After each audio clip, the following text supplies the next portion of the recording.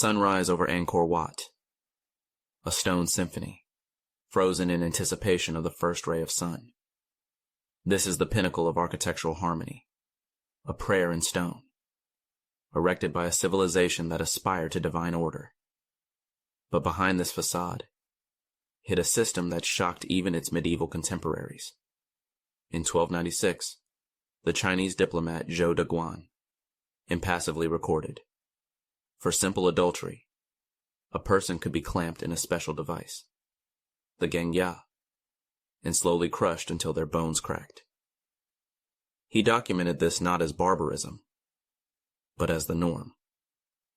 How could the creators of such harmony practice such horror? Where was the line between divine order and inhuman cruelty? Were these two different sides of the same empire, or was one built upon the other? In 8 minutes, you will learn how Asia's most humane religion became the ideological justification for the most sophisticated tortures. To find the answer, we must unravel 2 key mysteries. First, how could the great King Jayavarman VII, who built hospitals and made humanistic Buddhism the state religion, preside over a system where torture was a daily reality? We will find the answer to this question in the culmination of our investigation, in Section 8. And the second mystery, why are the walls of sacred temples meant to glorify the gods, carved with such detailed and realistic scenes of the 32 circles of hell?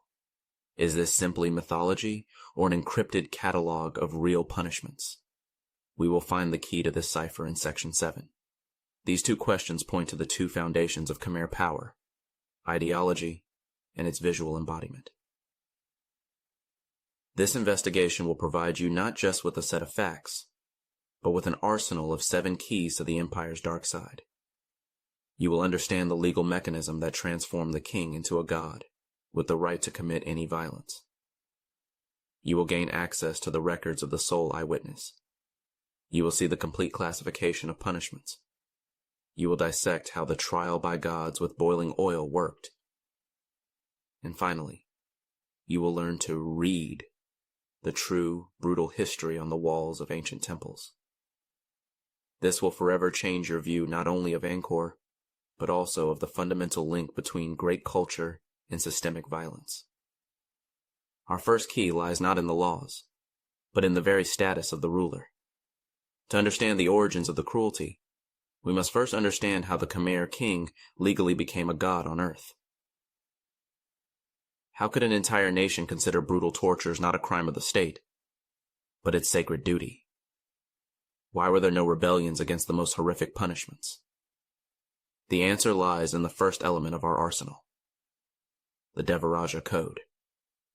According to it, the king was not merely a viceroy, but the earthly incarnation of a god, most often Shiva. His word was not the law of man, but the will of a deity. But when Jayavarman VII came to power and introduced Buddhism, the system did not soften. It became even more sophisticated. A criminal's suffering was now interpreted as a way to cleanse their karma for a better rebirth. Punishment acted as a purifying fire. It burned away the karmic debt in the body so the soul could be reborn pure. The king, by ordering torture, was not punishing but saving. But this ideology required an absolute leader capable of bringing it to life. And such a leader existed. This fact defies logic. The greatest humanist of the Khmer Empire, Jayavarman VII, was also the architect of one of its most brutal justice systems. He built hundreds of kilometers of roads and 102 hospitals, creating a healthcare network that any country in medieval Europe would have envied. His reign seemed to be the golden age of an enlightened monarch.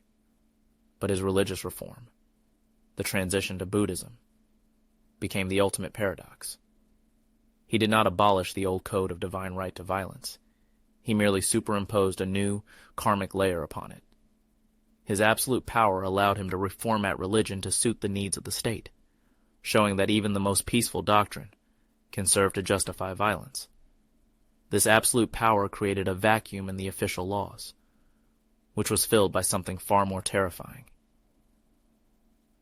It was this vacuum that made the system function on the ground. On the numerous stone steles found by archaeologists, laws are indeed inscribed. They regulate temple land ownership, taxes, and ritual rules, creating the impression of an orderly state. But when we search these texts for a criminal code, it isn't there.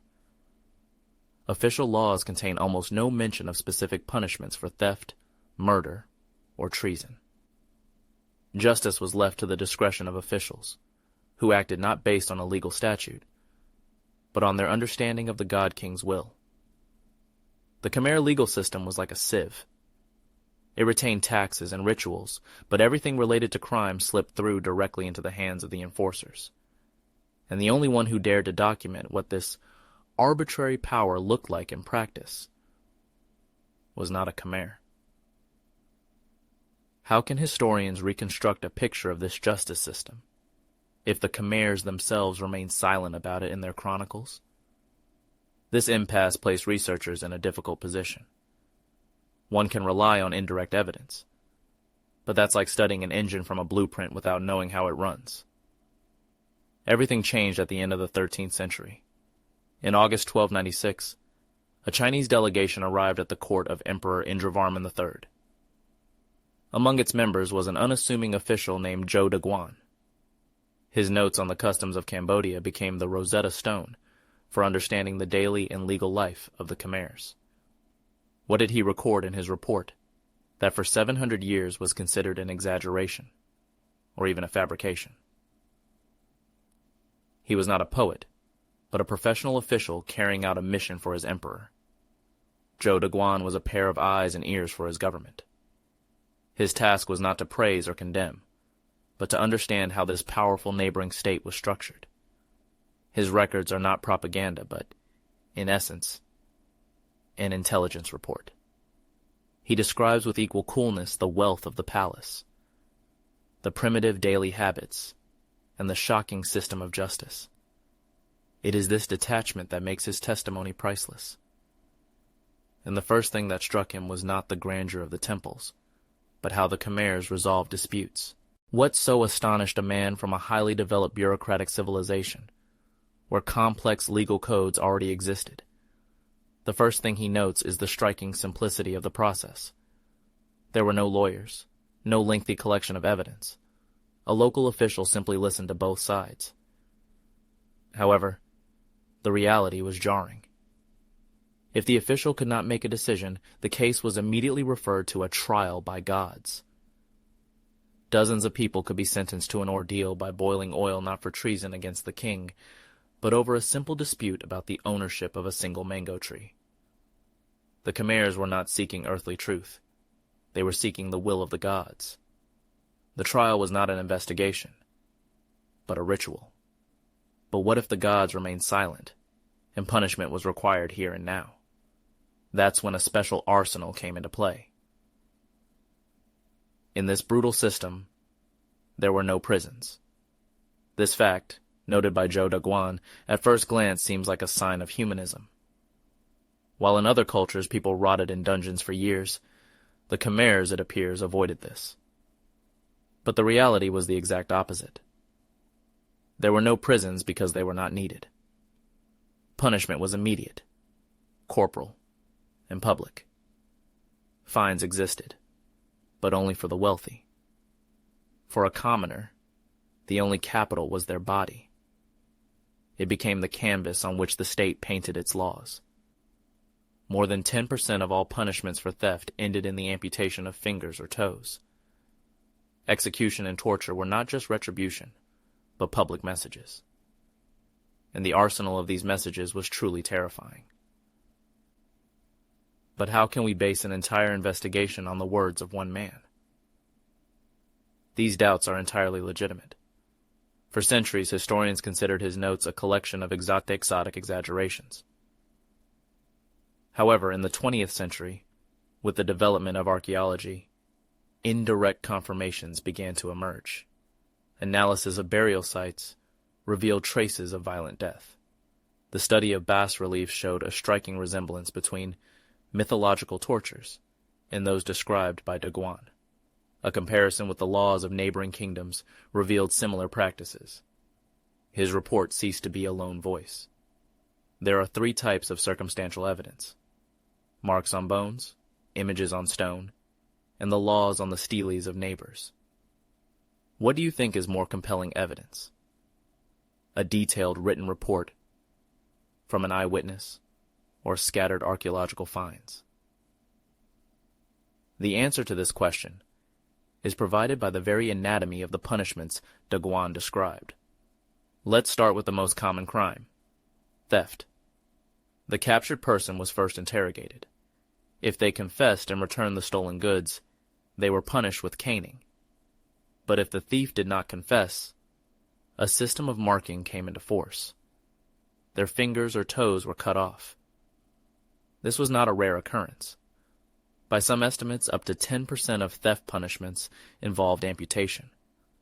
Thus, a visible social class of the marked was created in the cities. These people were like dead trees in a living forest. Their appearance served as a constant reminder to others of the power of the state. But if a crime against property was punished with such mutilation, the penalty for a crime against honor was even more personal. For adultery, the state practically washed its hands of the matter. The wronged husband was given full authority to personally torture and even kill his wife's lover. This was a privatization of violence, sanctioned by the state. One outcome of such private vengeance could be the use of the gengya, a special wooden clamp that slowly crushed the limbs. The torture could last for hours. The wooden blocks would slowly squeeze the victim's shin until the tibia shattered into fragments beneath the skin. But even this brutality was punishment for a crime against a person. What awaited those who committed a crime against the God King himself? The most serious crime was high treason. Such an act was directed not against a person, but against the entire world order. And the punishment for it was total. The traitor was taken outside the city walls.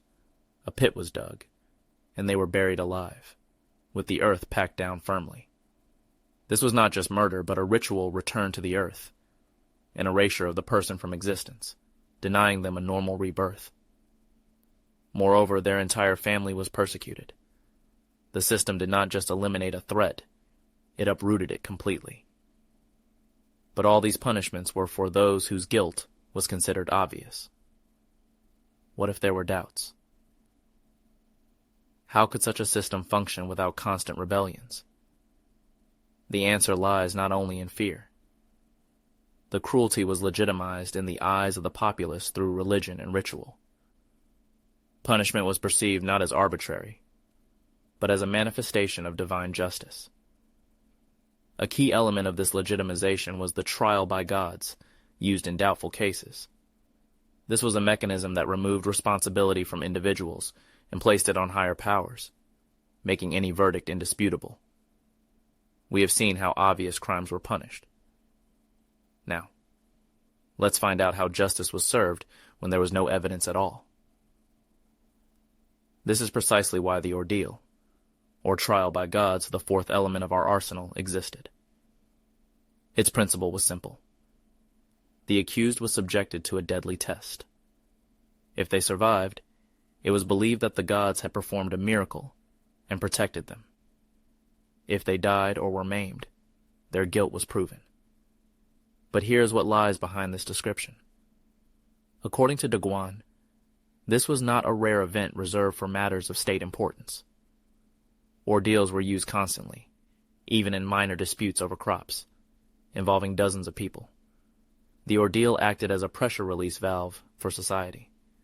Instead of people seeking revenge on each other for years, the ritual instantly released the conflict's tension, and the decision became final. Let's examine the three most common types of these trials. Let's start with the mildest, which Zhou Daguan calls the trial by towers. How could two stone towers determine who was right? At first glance, the procedure seems passive. The plaintiff and defendant were forced to sit in two separate towers opposite each other. They simply waited. For a day, 2, sometimes 4. There was no physical contact. Everything changes when we learn the criterion for guilt. The one who fell ill, developed sores, started coughing, or ran a fever, was considered guilty. This was a bet on pure psychosomatics. The Khmers intuitively understood that colossal stress and guilt undermine the immune system. In essence, it was a lie detector based on the fear of divine punishment. The trial could last up to 4 days, 96 hours of continuous pressure and solitude. But this was the most bloodless ordeal. It gets worse from here. When a more explicit divine intervention was required, 2 elements came into play: fire and water. The accused had to retrieve a red-hot piece of metal from a fire with their bare hand, or plunge their hand into boiling oil. Alternatively, they were submerged in water and had to stay under for an unnaturally long time. What were their chances? Practically zero. Suffering terrible burns or drowning was almost inevitable. This was not a test, but a disguised execution that looked like a fair trial. The system was designed for the accused to perish. But this is precisely what made the rarest cases of survival a true miracle, which would become a legend and reinforce faith in the system. Zhou Daguan describes it with cold horror. A person was forced to put their hand into a cauldron of boiling oil. He could hear the skin crackle, but screaming was forbidden, as it was considered a sign of guilt. But there was a third, most spectacular ordeal, designed for the eyes of the king himself. The ultimate appeal to the will of the gods was the trial in the royal moat. A huge moat, 100 meters wide, a veritable lake, was dug around the palace in Angkor. According to Daguan's testimony, crocodiles were kept there, and in special enclosures nearby, tigers, symbols of royal power. 2 disputants could simply be thrown into this moat. If the predators did not touch them, they were considered innocent. This was an absolute transfer of judgment into the hands of animals, which were perceived as executors of the divine will. Justice turned into a deadly show, a gladiatorial combat where the arbiter was a wild beast. And this brings us to a key idea. All these punishments and ordeals had one thing in common. They were public. In the next section, we will understand why all this cruelty had to become the empire's main spectacle.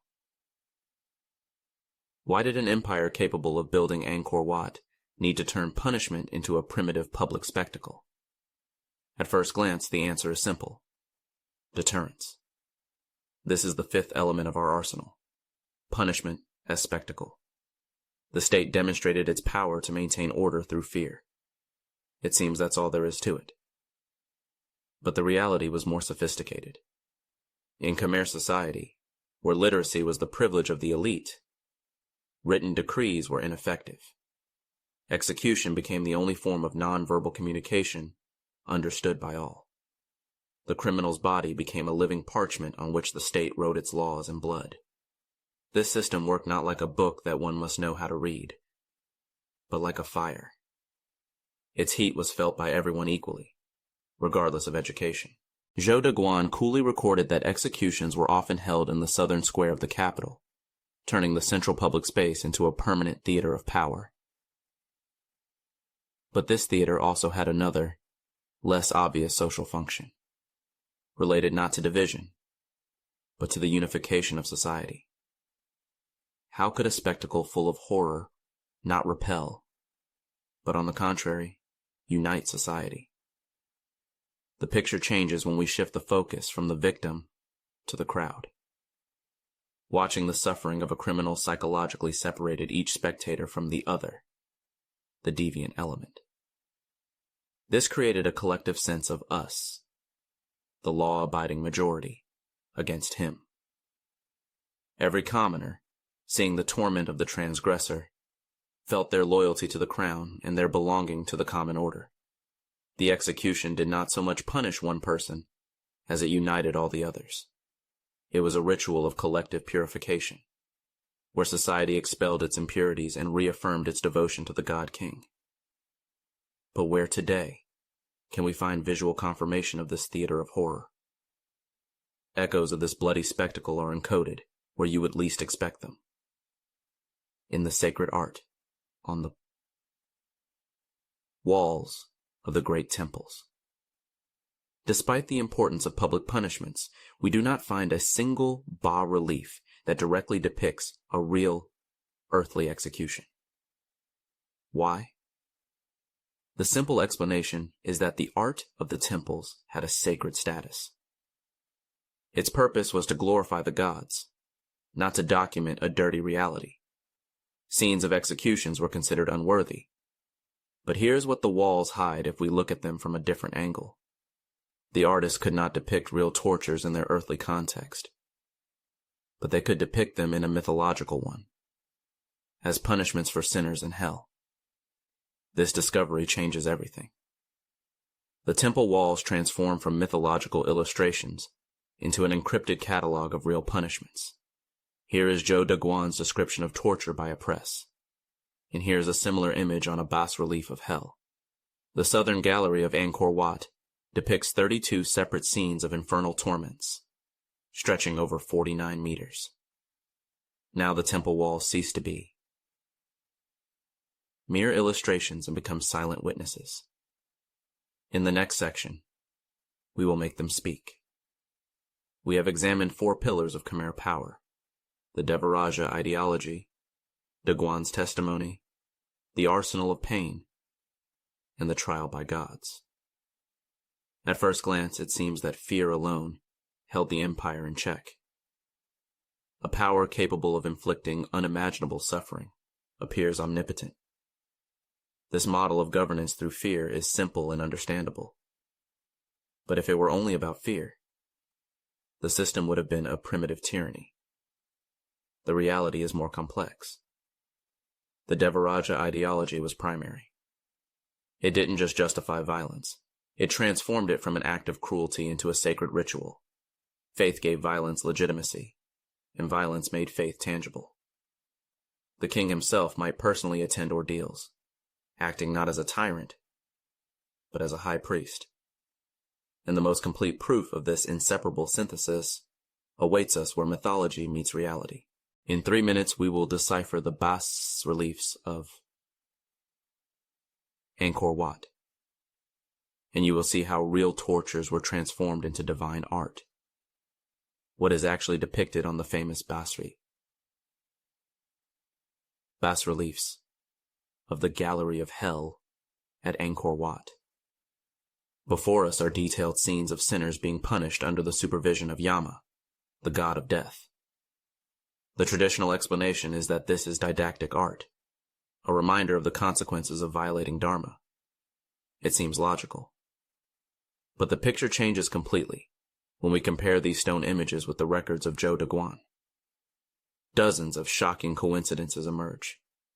On the bas-relief, people are being crushed by presses, and Daguan describes the gengya, torture device.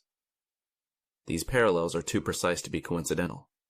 The gengya, torture device, for the slow crushing of limbs, described by Daguan, almost perfectly matches the depiction of a press for sinners on bas-relief number 14 in the Gallery of Hell. Myth becomes evidence. But why was it necessary to depict everything so precisely? Why was it so important for the Khmers to depict hell not abstractly, but with naturalistic precision? The answer lies not in art, but in politics. The standard function of such images, religious edification, does not explain this brutal realism. The nuance that changes everything is their location.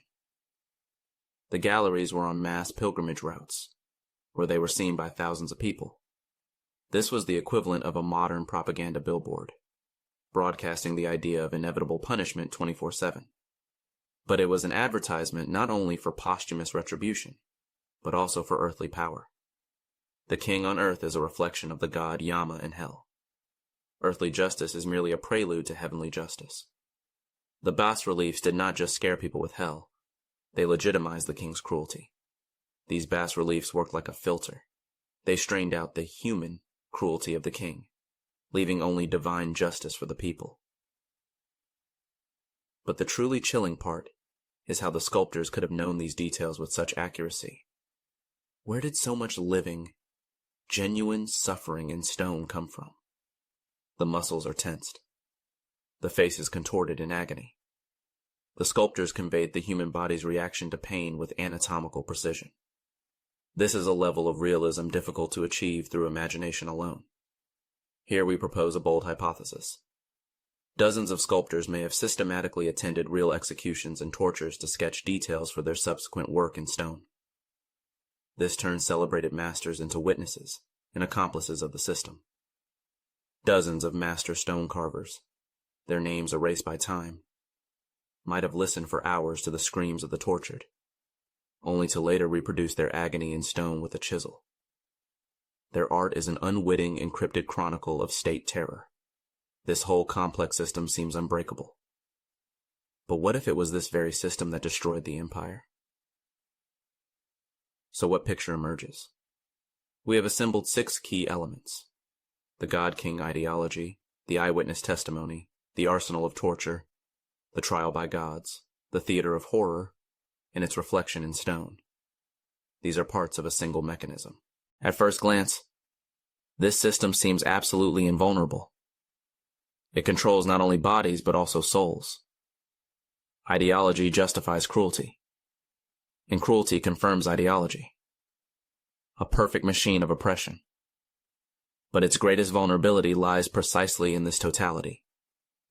A system that lacks flexibility becomes fragile. It exhausts its main resource: people, their loyalty, and their will to live. The construction of a vast number of temples required colossal resources against the backdrop of destroying the workforce through the punishment system. It was a perfect storm. The great empire did not fall to enemy attacks. It rotted from within. In the next culminating section, we will prove that the Khmer Empire killed itself. How could one of the most powerful empires in Southeast Asia, which built cities of stone, disappear so suddenly and catastrophically? Official versions point to external factors. Historians speak of prolonged wars with Siam. They mention climate change and droughts that undermine the complex irrigation system. But all these factors befell an empire already mortally weakened from within. And it was weakened by its own system of justice. More than 10% of punishments for theft involved amputation. This means the empire purposefully and on an industrial scale created an army of cripples, unable to work in the fields, build temples, or serve in the army. Imagine a village where every 10th man can hold neither a sword nor a plow. This was a slow economic suicide.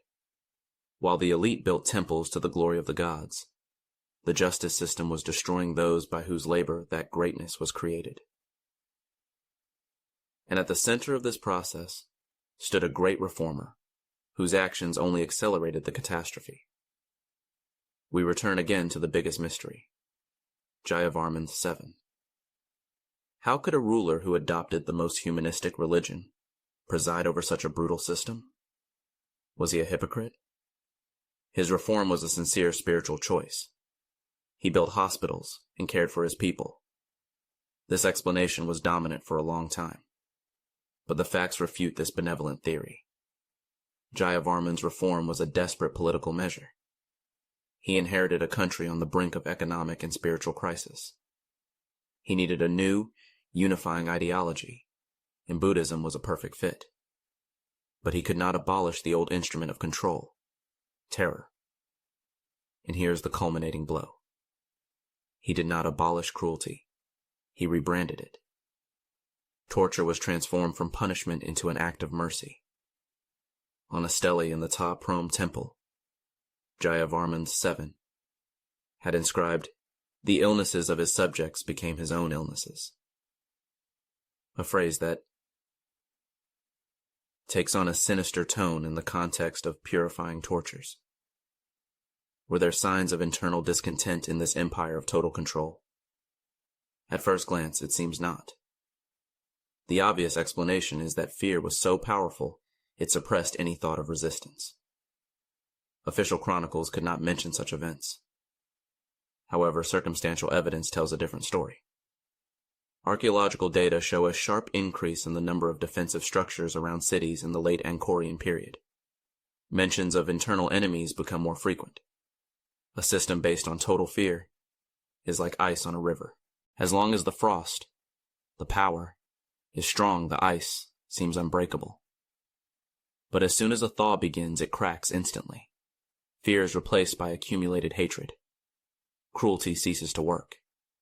The destruction of Hindu symbols after the death of Jayavarman VII was a clear act of ideological rebellion. What happened to this highly complex system of punishment after Siamese forces captured Angkor in the 15th century?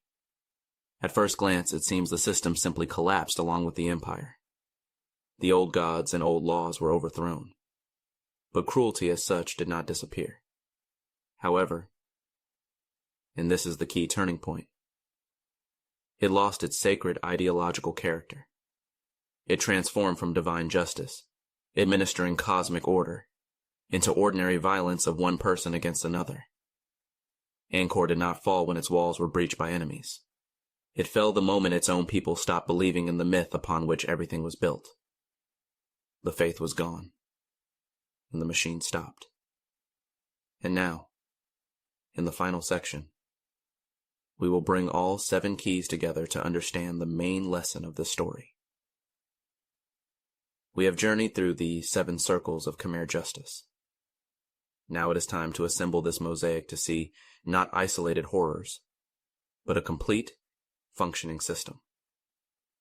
Its foundation: ideology. The first element, the concept of the devaraja, was not an abstraction. It was a tangible reality. The proof, the second element, the records of Zhou Daguan. He documented how the ideology worked in practice, turning the king into a deity with the right to life and death. But how do you convey this idea to millions of illiterate peasants?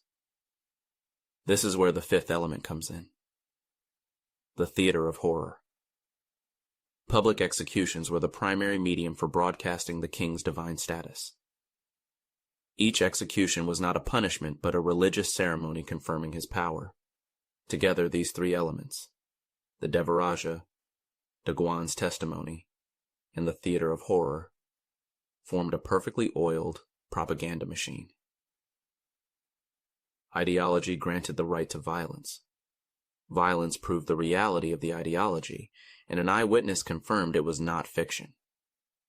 We have seen the software of this system. But what specific tools did it use?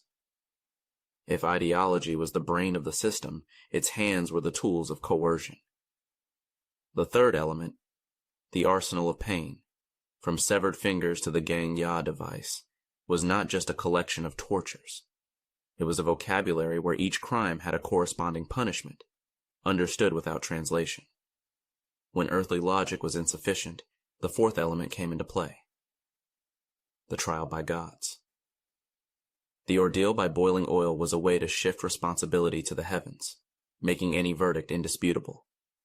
This transformed justice from a human affair into a divine one. And to ensure no one forgot this language of pain, it was immortalized in stone. The 6th element, the silent evidence of Angkor, is a granite cheat sheet for the people. Looking at the bosses saw reliefs of hell, every Khmer.